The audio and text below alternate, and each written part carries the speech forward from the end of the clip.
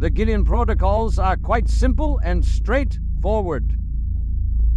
They state that in the event of a permanent isolation event, all contraceptive procedures are nulled and procreation becomes the colony's top priority.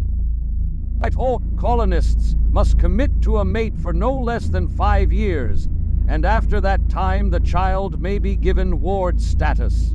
All colonists have 72 hours to submit the name of their chosen mate to the central processing computer, which in this case, of course, is Yuri.